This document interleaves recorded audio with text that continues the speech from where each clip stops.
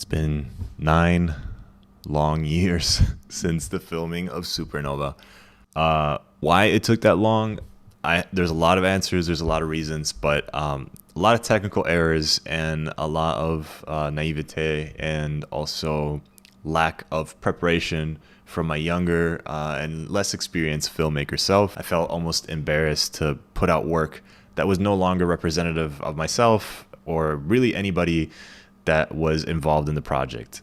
But today I wanted to focus at all the things that went right in post to kind of make up for all the things that went wrong during production. And there was a lot that went wrong during production. Obviously, ideally, you don't want to rely on fix it in post techniques. That's not a good approach. But if you're running on a tighter budget, or maybe you're dealing with some in the moment decisions on set and you have to find some creative solutions, having these tools in your back pocket, knowing what is possible, how much of a range you do have to fix things later, I think that is super beneficial. And so without further ado, let's look at exactly that when it comes to what happened in this project.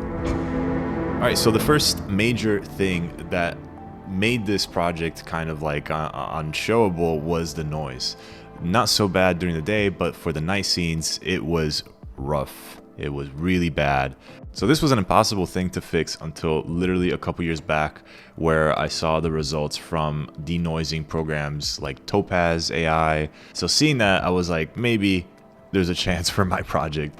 And there was, because it really did kind of a mind-blowing job at not just denoising, but it almost feels like reconstructing what was there in the scene, like actually adding detail with AI.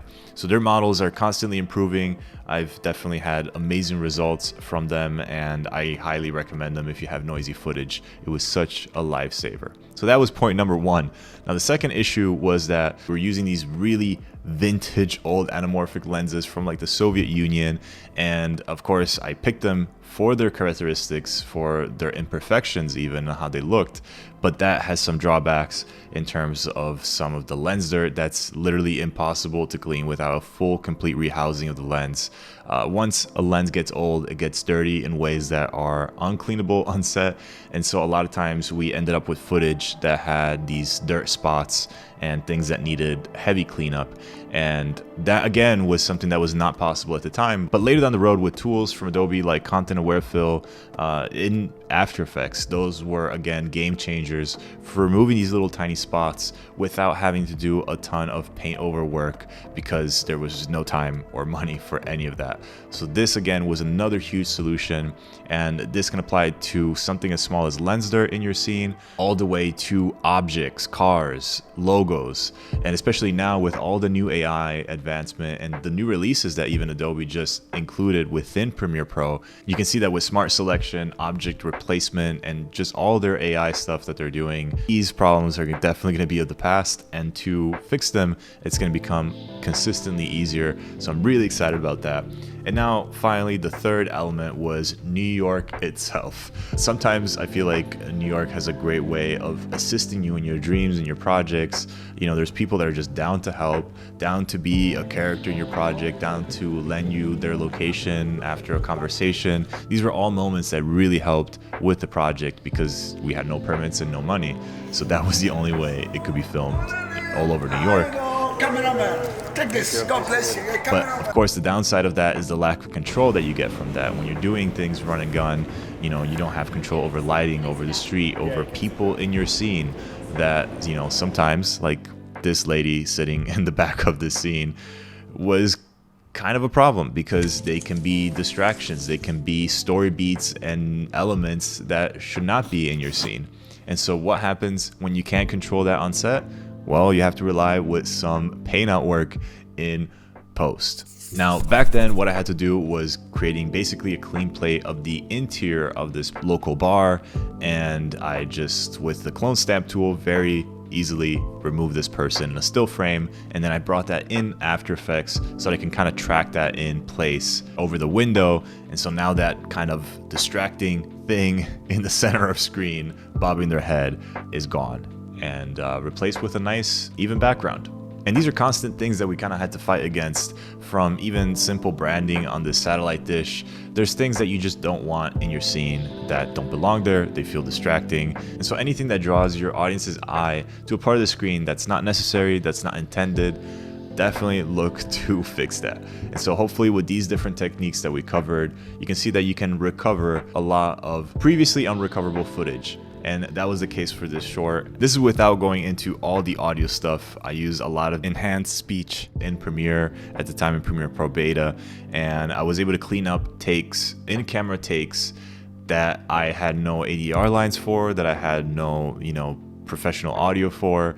So those scenes were at risk of being cut, and they were pretty essential scenes for the story. Do you come here often? As often as I can. Draw.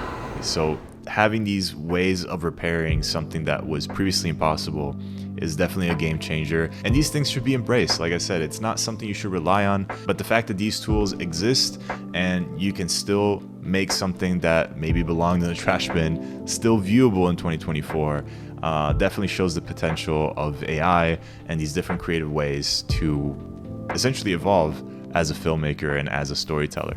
Speaking of which, I'm excited to share with you Skillshare, the sponsor of this episode. Skillshare is the largest online learning community for creatives, with thousands of classes led by industry experts across film, animation, business, and so much more. I'm personally loving all the Unreal Engine content, and it's really helping me continue to learn a very complex software in a very efficient and all-in-one place way. And I've been personally enjoying this deep dive on setting up a virtual camera in Unreal Engine. But of course, you also have a ton of filmmaking topics as well, which is crucial for well-informed preparation for your next project. And honestly, that's why I do what I do on this channel, is so that we can all learn and evolve as filmmakers together. I genuinely feel inspired by how easy it is to use the platform and browse, while also connecting with communities through exercises and challenges that keep you engaged in your learning. This summer, invest in yourself and your goals by starting a learning journey on Skillshare. And definitely take advantage of the link in the description right away, because the first 500 people that use it actually get the first month completely free. So there's no risk, you get to try it out, and I'm sure you'll love it, so sign up today.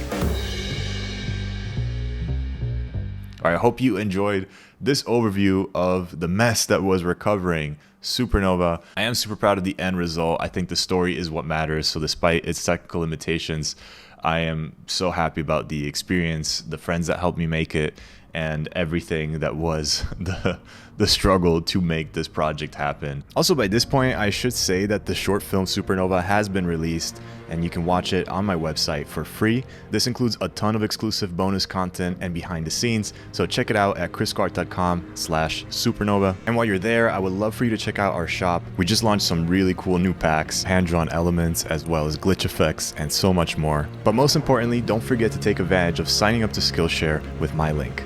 My name is Chris Trini for Kriscoart, and I'll see you next time.